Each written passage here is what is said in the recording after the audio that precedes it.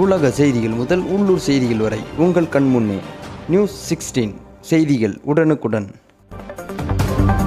பண்ருட்டியில் 100 ஆண்டுகளுக்கு மேல் பழமை வாய்ந்த வரலாற்று பிரசித்தி பெற்ற ஸ்ரீ பெருந்தேவி தாயார் சமேத வரதராஜ பெருமாள் திருக்கோவிலில் சித்ரா பௌர்ணமியையொட்டி திருத்தேரோட்டம் மிக விமர்சையாக நடைபெற்றது. இதில் பல்லாயிரக்கணக்கான பக்தர்கள் கலந்து கொண்டு தேரை வடம்பிடித்து இழுத்தவாறு சுவாமி தரிசனம் செய்தனர். கடலூர் மாவட்டம் பண்ருட்டியில் அமைந்துள்ள வரலாறு பிரசித்தி பெற்ற ஸ்ரீ பெருந்தேவி தாயார் சமேத வரதராஜ பெருமாள் திருக்கோயில் 100 ஆண்டுகளுக்கு மேல் பழமை வாய்ந்தது. இத்திருக்கோவிலில் சித்திரை மாத பிரமோற்சவ விழா கடந்த வாரம் கொடியேற்றத்துடன் துவங்கி ஒவ்வொரு நாளும் பெருமாள் கருட வாகனம் உள்ளிட்ட ஒவ்வொரு வாகனங்களில் எழுந்தருளி பக்தர்களுக்கு அருள்பாலித்தார். இதைத் தொடர்ந்து பிரமோற்சவத்தின் முக்கிய நிகழ்ச்சியான சித்ரா பௌர்ணமி திருத்தேரோட்டம் விழா மிக விமர்சையாக நடைபெற்றது. இதில் ஸ்ரீ பெருந்தேவிதாயார் சமேத வரதராஜ பெருமாளுக்கு சிறப்பு திருமஞ்சனம் நடைபெற்றது. பின்பு ஸ்ரீ பெருந்தேவிதாயார் சமேத வரதராஜ பெருமாளுக்கு பட்டாடை உடுத்தி வண்ண மலர்களால் அலங்கரிக்கப்பட்டு ஜொலிக்கும் ஆபரணங்கள் அணிவிக்கப்பட்டு திருத்தேரில் அமர்ந்தபடி சிறப்பு அலங்காரத்தில் பக்தர்களுக்கு அருள்பாலித்தார். அப்போது கோவில் பட்டாச்சாரியார்கள் வேத பாராயணங்கள் முழங்க மகாதீபாராதனை காண்பிக்கப்பட்டு திருத்தேரோட்டம் துவங்கியது. இதில் பண்ருட்டி நகர மன்ற தலைவர் ராஜேந்திரன் கலந்து கொண்டு திருத்தேரை வடம்பிடித்து திருத்தேரோட்டத்தை துவக்கி வைத்தார். அப்போது கோவிந்தா கோவிந்தா என பக்தி கோஷங்கள் முழங்க பல்லாயிரக்கணக்கான பக்தர்கள் திருத்தேரை வடம்பிடித்து இழுத்தபடி பண்ருட்டி முக்கிய வீதிகளின் வழியாக திருத்தேர் பவனி நடைபெற்றது.